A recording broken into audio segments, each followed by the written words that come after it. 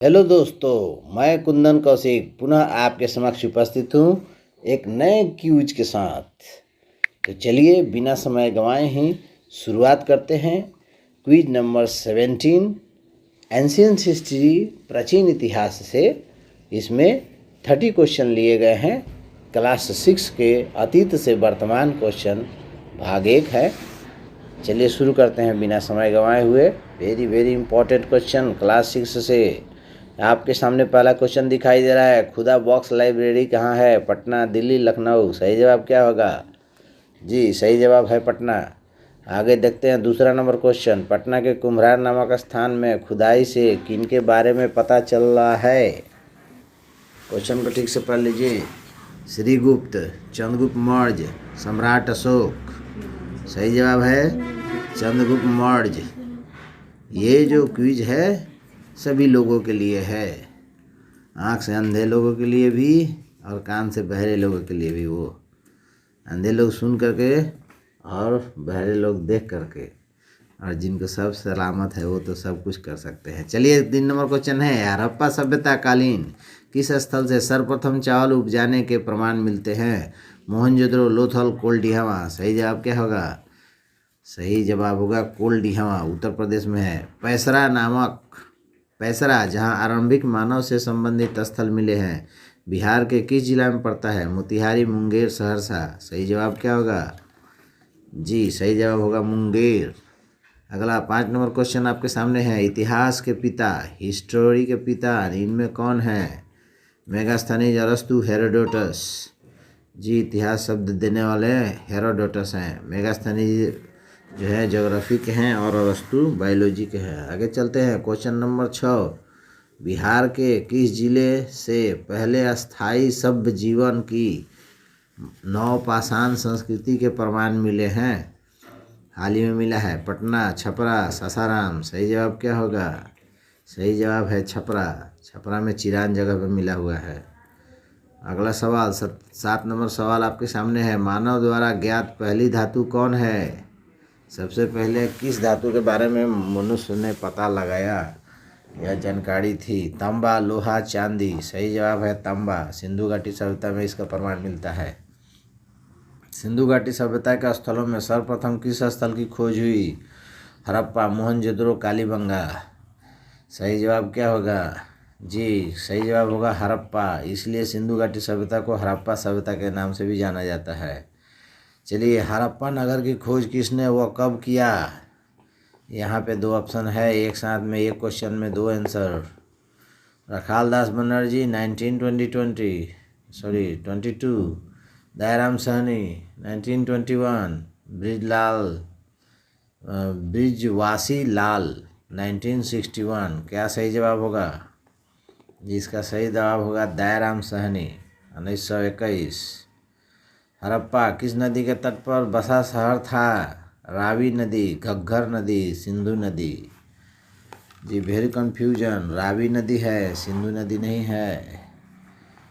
सिंधु नदी कहीं वो उद्गम है स्थल। चलिए 11 नंबर क्वेश्चन है, महास्नानागार किस स्थल से प्राप्त हुआ है? बहुत वीवीआई क्वेश्चन है ये। हड़प्पा, मोहनजोदड़ो, लोथल। सही जवाब क्या होगा? सही जवाब है मोहनजोदड़ो। 12 नंबर क्वेश्चन, हड़प्पा कालीन समाज कैसी थी? पितृसत्तात्मक, मातृसत्तात्मक, पुरोहित सत्तात्मक। सही जवाब क्या होगा? बहुत सारे लोग कंफ्यूज हो जाते हैं, मातृसत्तात्मक था। वैदिक काल में पितृसत्तात्मक हुआ। चलिए हड़प्पा वासी पूजा करते थे मूर्ति की, प्रकृति की, पूर्वजों की। सही जवाब क्या होगा? जी बिल्कुल सही जवाब प्रकृति की। पेड़ पौधे की पूजा करते थे, वायु की, अग्नि की, इंद्रदेव की भी पूजा किए हैं, ऐसे प्रमाण है। ऋग वैदिक काल की समयावधि इनमें क्या है? 1500 से 1000 ईसा पूर्व, 2500 से 1500 ईसा पूर्व, 1000 से 500 ईसा पूर्व। सही जवाब क्या होगा? सोच के बताइए। जी 1500 से 1000 ईसा पूर्व। 1000 के बाद जो है उत्तर वैदिक काल आ गया। ऋग वैदिक काल में ऋग वेद की रचना हुई, उत्तर वैदिक काल में अन्य वेदों की रचना हुई थी। ये भी ध्यान में रखेंगे। चलिए, प्रारंभिक उपनिषदों की संख्या कितनी थी? शुरुआत में 6, 13, 18, अभी तो 108 है। इसमें सही जवाब क्या होगा? 13। आगे चलते हैं। वेदों की प्रार्थनाओं के रचनाकार खुद को क्या कहते थे? आर्य, पंडित, ऋषि। इसमें वेरी कन्फ्यूजन आपको हो सकता है, पंडित ऋषि तो नहीं होगा, आर्य होता है। चलिए आगे देखते हैं। आर्य भारत में सर्वप्रथम किस क्षेत्र में बसे? पूर्वोत्तर भारत, पश्चिमोत्तर भारत, दक्षिण भारत। आर्य लोग जी पश्चिमोत्तर भारत में, पश्चिमोत्तर यानी राजस्थान के तरफ, राजस्थान, पंजाब, हरियाणा। आगे चलिए 18 नंबर क्वेश्चन। इनमें कौन एक सिंधु नदी की सहायक नदी नहीं है? सतलज, झेलम, सरस्वती, रावी, चिनाब, गंगा, गंडक। कौन है? अब कौन एक लिखा गया, इसका मतलब ये मत समझिए कि सतलज अकेला है तो उसी को मार देंगे। सही जवाब होगा गंगा और गंडक। अगर आप जानते हैं कि गंडक जो है भारत के उत्तरी क्षेत्र से नहीं निकलती है, जबकि सिंधु नदी जो है पूर्वोत्तर पश्चिमोत्तर क्षेत्र से निकलती है, तो सही जवाब आपका हो जाएगा। चलिए आगे देखते हैं। यानी आपको इसमें इम्पोर्टेंट है कि ये याद कर लें, सिंधु नदी से कौन कौन सी सहायक नदी है? सतलज, झेलम, सरस्वती, चिनाब, रावी। आगे चलते हैं। ऋग्वेद में मंडलों की संख्या कितनी है? 10, 18, 108। Very big confusion. सही जवाब क्या होगा? 10 है। ऋग्वेद में किस मंडल में गायत्री मंत्र का उल्लेख है?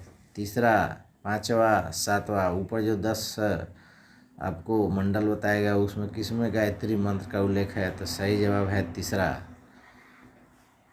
चलिए 21 नंबर। किस नदी को ऋग्वेद में सबसे पवित्र माना गया है? Very very important question. प्राचीन काल से सिंधु नदी, सरस्वती नदी, गंगा नदी।